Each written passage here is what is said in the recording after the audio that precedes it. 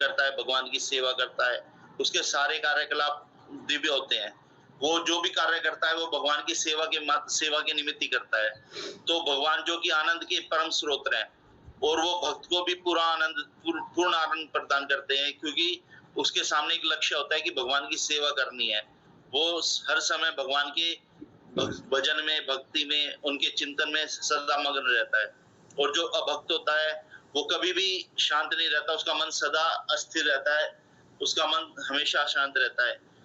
उसकी कभी भी जो इच्छाएं वो कभी भी समाप्त नहीं होती। वो कभी कुछ चीज की वस्तु की इच्छा करता है, कभी किसी वस्तु की इच्छा करता है। तो जैसे मान लो उसने एक घर खरीद, उसके पास घर नहीं है, तो पहले तो वो किराए के मकान में रहता है, वो सोचता है कि काश मेरा कोई घर हो जाए, तो वो उसका घर मान लो खरीद लेता है किसी तरह। फिर वो दूसरे अपने पड़ोसी को देखता है कि उससे बड़ा घर है उसके पास, काश मेरे पास भी इतना बड़ा घर हो जाए। वो फिर और बड़े घर के लिए अभिलाषा करता है और उसके लिए प्रयत्न करना शुरू करता है, सारे दिन दिन रात मेहनत करता है। फिर वो सोचता है, देखता है कि और उससे बड़ा घर चाहिए। इस तरह उसका जो अभिलाषा है वो कभी भी समाप्त नहीं होती और वो बढ़ती ही जाती है, और वो उसका मन सदा अशांत रहता है। वो सदा उसी प्रयत्न में लगा रहता है कि मैं किस तरह धन अधिक कमाऊं और किस तरह अपनी आवश्यकताओं की पूर्ति करूं।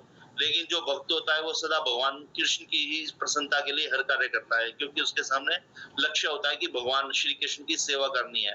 और भगवान ही जो है आनंद के परम स्रोत हैं, और उसको आनंद की प्राप्ति भी होती है उसमें।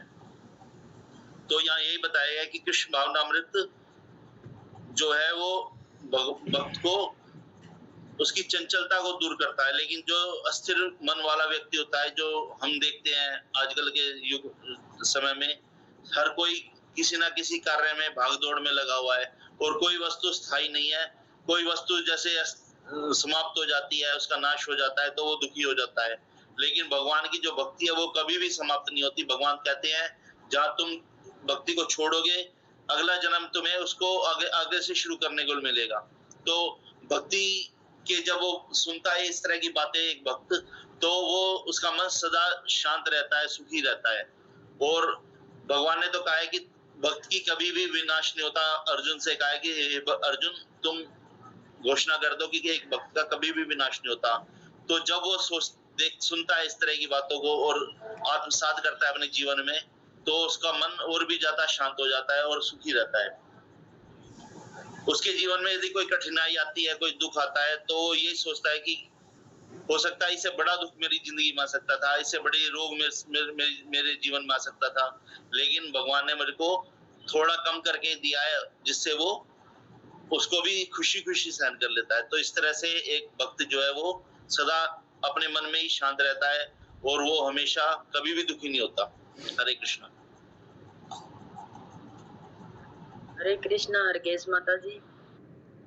हरे कृष्णा। प्रणाम सभी भक्त चरणों कोटि प्रणाम। जगत श्री प्रपाद की जय, गुरु महाराज की जय। इसमें ना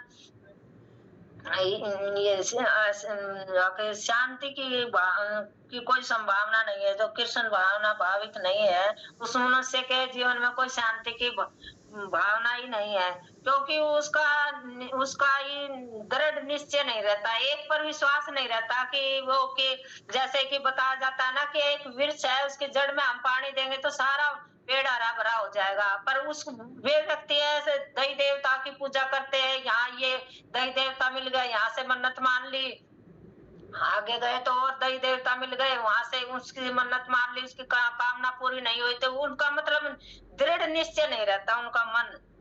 वो मतलब इधर उधर भागता रहता है उनका मन।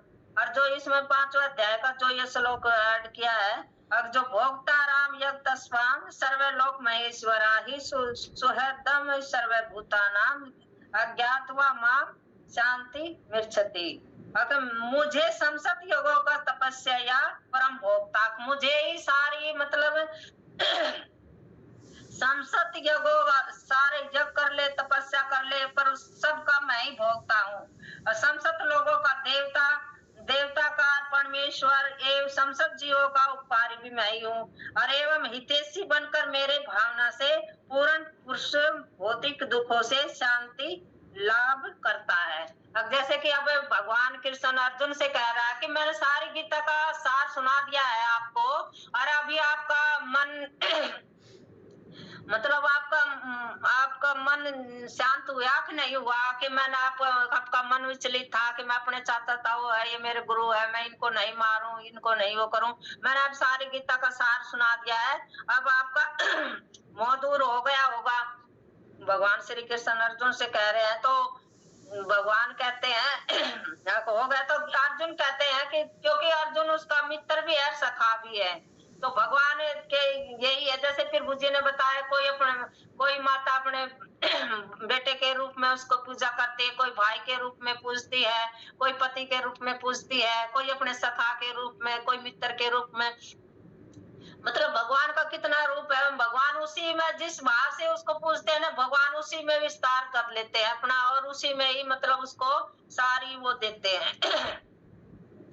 तो यही है इसमें, अब जो बिना कृष्ण भावना भावित है, मतलब ये इसमें ये भी बताया जाता है कि इसमें अब जो भगवान को नहीं मानते, अब ये भगवान कृष्ण क्या है, वो देवी देवता को मानते हैं, नहीं मानते भगवान को, तो उसमें मतलब हम जैसे भी हमने जैसे प्रचार करने के लिए बोला गया है, तो हम ऐसे श्रद्धालु व्यक्ति को हम हरि नाम की महिमा का उपदेश नहीं दे सकते, क्योंकि ये 10 नाम अपराध में अकाउंट होता है, तो इससे ये हमारा अपराध अकाउंट हो जाएगा। इससे अगर उसकी श्रद्धा ही नहीं है, भगवान को मानता नहीं है, भगवान को करता है, तो ऐसे व्यक्ति को हमें हरि नाम की महिमा का उपदेश नहीं सुनाना चाहिए।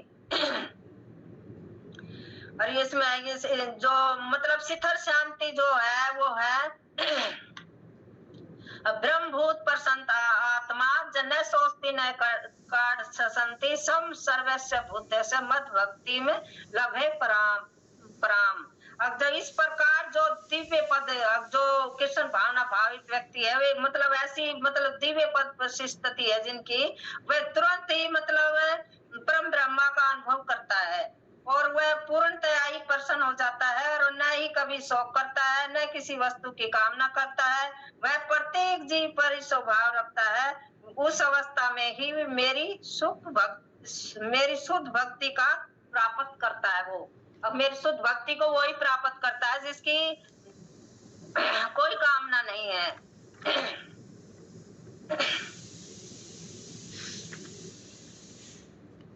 और फिर भगवान ये भी बताते हैं, भगवान ये कहते हैं ना, जैसे अर्जुन ने भगवान श्री कृष्ण की शरण ली है। अगर भगवान कह रहे हैं कि अर्जुन से कि सब धर्मों को त्याग कर आप किस चीज की चिंता कर रहे हो, आपने कोई चिंता नहीं करनी, आप सबको मतलब सब मुझ में ही मतलब समझ, सब कुछ मेरे में ही मतलब सब कुछ मुझे ही अर्पण करके ही कर। अब सब धर्मों को त्याग कर कहाँ से सब धर्मों को त्याग कर एक मेरी शरण में आ जा, तो मैं तुम्हारे सब पापों से उद्धार कर दूंगा। सब पापों से तुम्हारा उद्धार कर दूंगा, डरो मत तुम। तो कृष्ण भगवान अर्जुन को ये बता रहे हैं कि आप निश्चित होकर ही सब कार्य करो।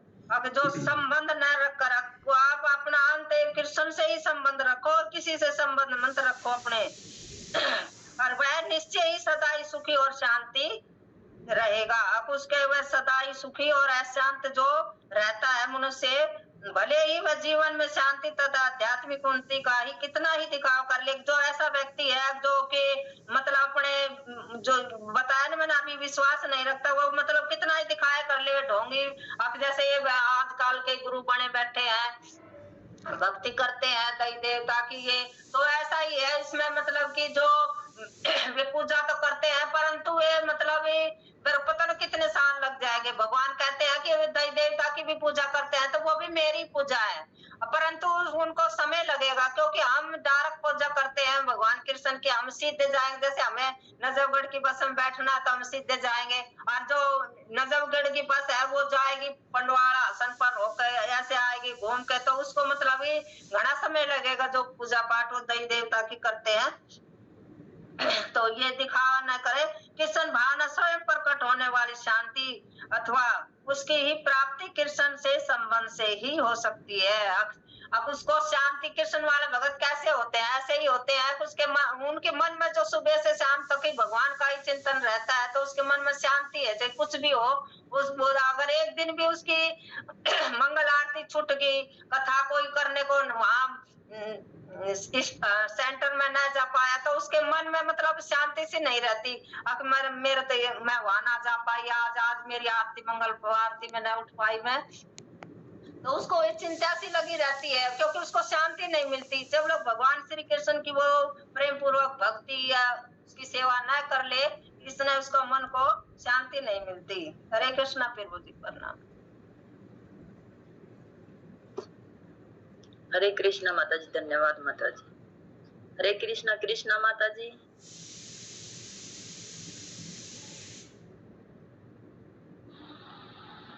हरे कृष्णा माता जी। सब ने बता तो दिया, मैं क्या बताऊं। तो पुन्ना वेड़गा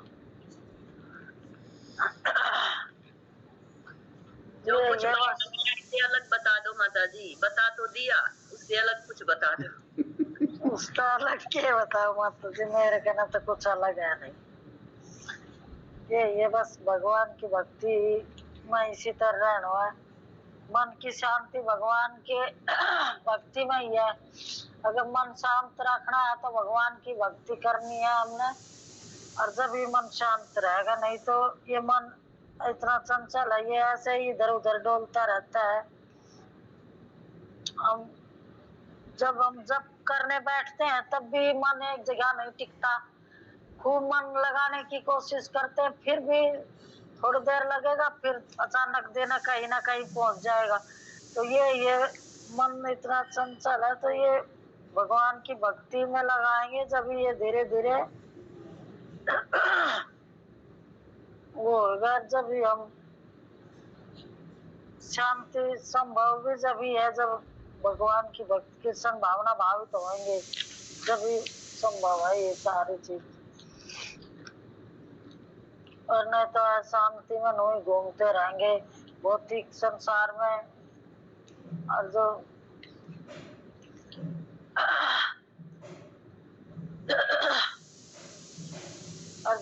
वो प्रभु जी ने जो बताया था, वो कृष्ण लल्ला को वो प्रभु जी ने तो कुछ थोड़ा अलग सी बताया था, लेकिन हाँ ठीक है, वो बताया था, हमने भी ऐसे ही सुन रखा, वही कथा ही सुन रखी थी। वो तो उसमें बताया था कि अपना एक जो बुढ़िया थी, वह बहुत ज्यादा अपने लल्ले की वो कृष्ण की वो रखती थी, लड्डू गोपाल को रखती थी। और तो एक दिन वह बुढ़िया बीमार हो गई थी, तो उसने अपने बहू बेटा से कह दिया था, अपनी बहू से, आकर तू आज मेरे लल्ले को नुआ देना और इसको खिला पिला देना।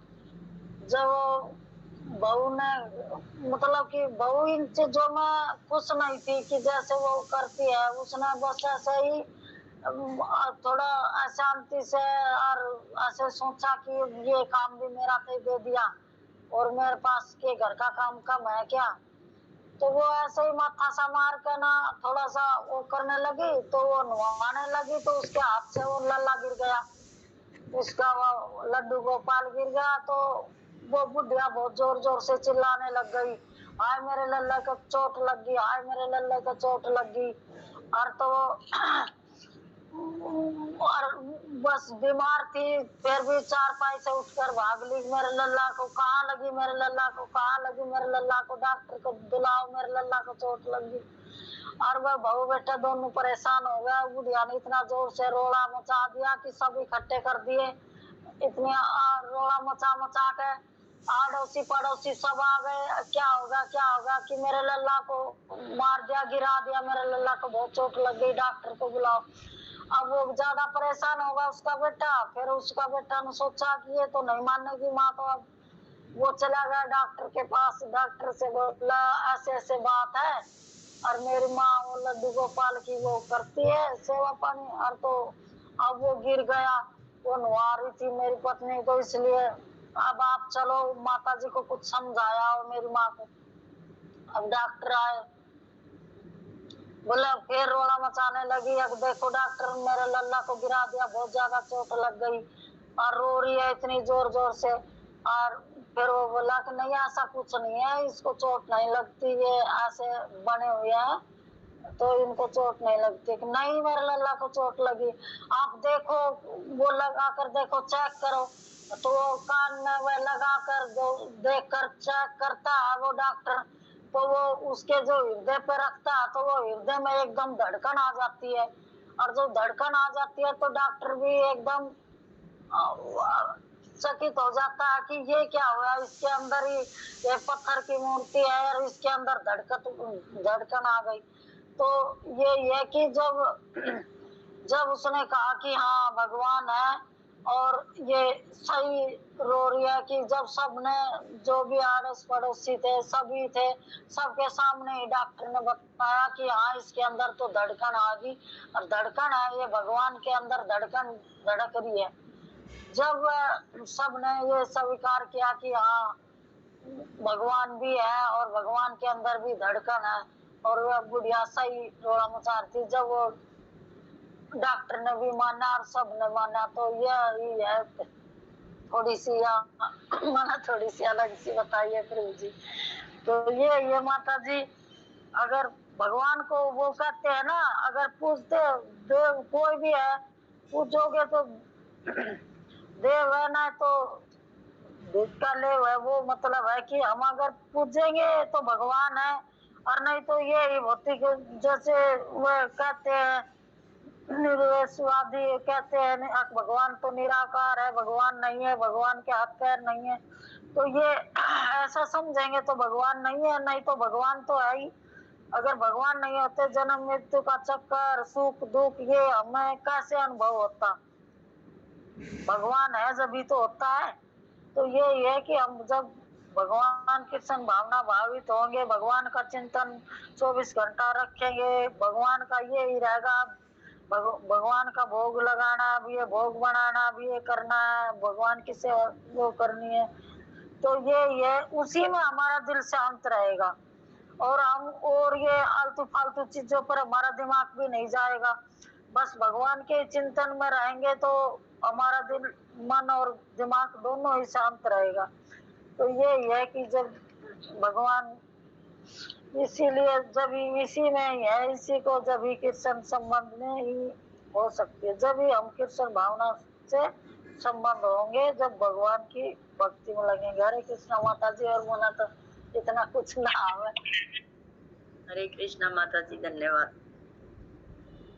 तो इसमें बस यही बताया गया कि शांति को हम कैसे प्राप्त करते। जैसे एक मछली, अगर उसको हम कुछ भी चीज देते हैं, पानी से बाहर निकालते हैं और उसको अच्छी अच्छी आइसक्रीम देते हैं या और भी जो भी कुछ खाने का उसको देते हैं, तो उसको जो है वो तड़पती रहेगी। लेकिन जैसे ही उसको पानी में हम छोड़ते हैं तो जो है उसको एकदम से वो परम आनंद मिलता है, क्योंकि वो पानी के बिना जी नहीं सकती। और ऐसे ही हम जीव हैं कि जब हम चाहे कुछ भी करते रहे, चाहे किसी देवता की पूजा करें या चाहे हम किसी भी कोई भी भौतिक सुख सुविधाओं में कितना भी आनंद ढूंढने की कोशिश करें, लेकिन वो मिलता नहीं है। लेकिन वो मिलता है तो भगवान श्री कृष्ण की सेवा करके ही मिलता है। और शांति और सुख तभी जो है पूर्ण प्राप्त हो सकता है जब हम भगवान की सेवा में लगते हैं, भगवान श्री कृष्ण की भक्ति करते हैं। हरे कृष्णा प्रभु जी। अखिल प्रभु जी, अब आप एक्सप्लेन कर दीजिए।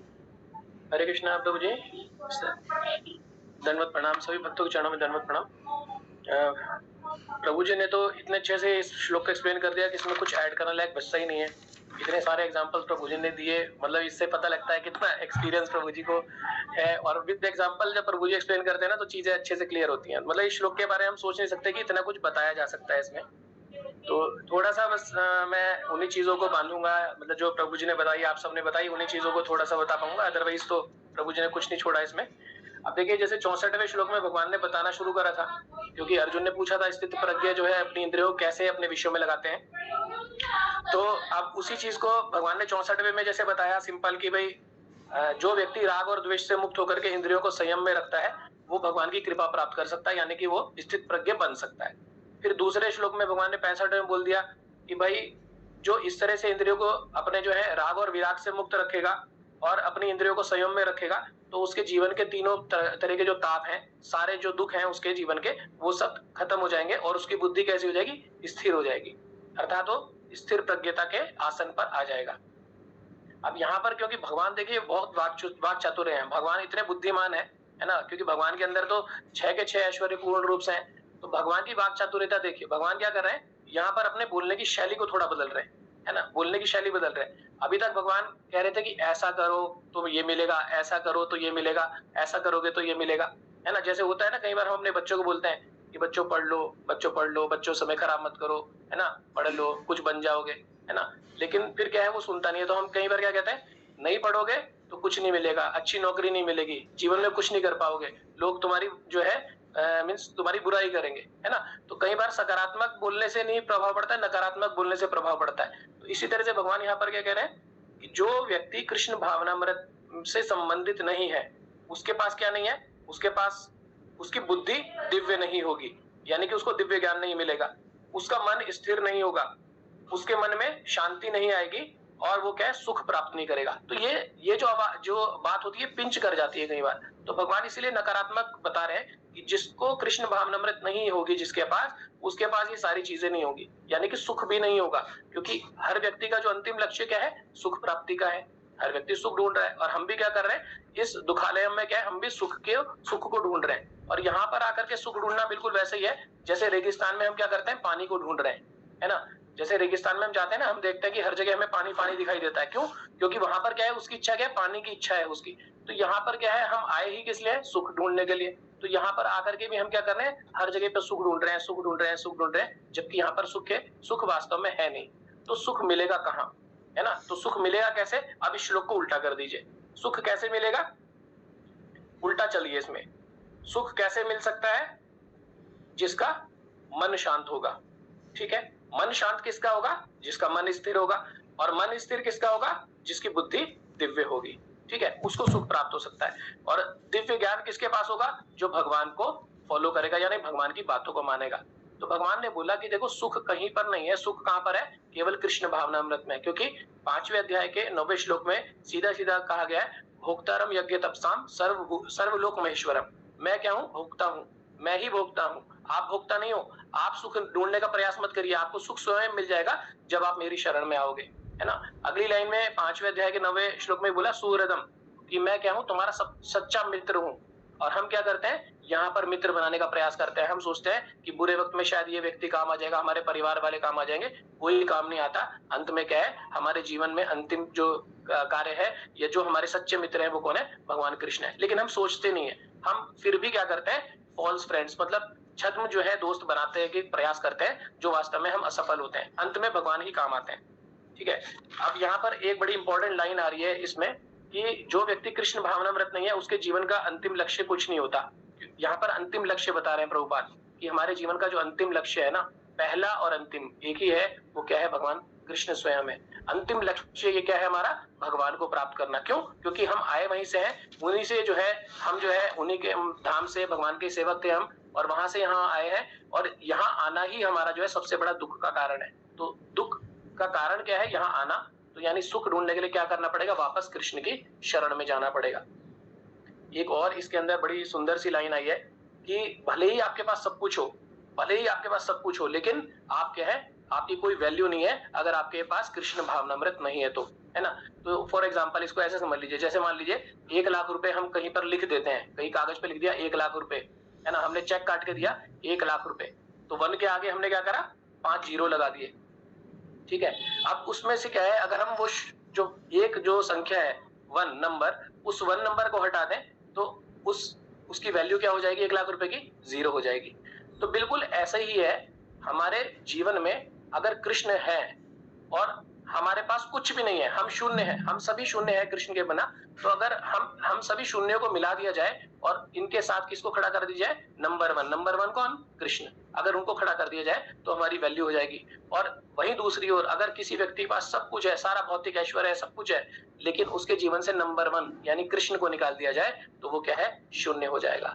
तो यहाँ पर मेन प्रभुपाद यही बताना चाह रहे हैं कि हमें क्या है, हमेशा भगवान की शरण में रहना है। कृष्ण भावनामृत में रहेंगे तो हमारी कोई पहचान होगी, कृष्ण भावनामृत में नहीं होंगे तो सब कुछ भौतिक ऐश्वर्य सब कुछ होते हुए भी हम शून्य होंगे। बाकी तो प्रभु जी ने सब कुछ बता दिया उसमें, और कुछ नहीं है। हरे कृष्णा।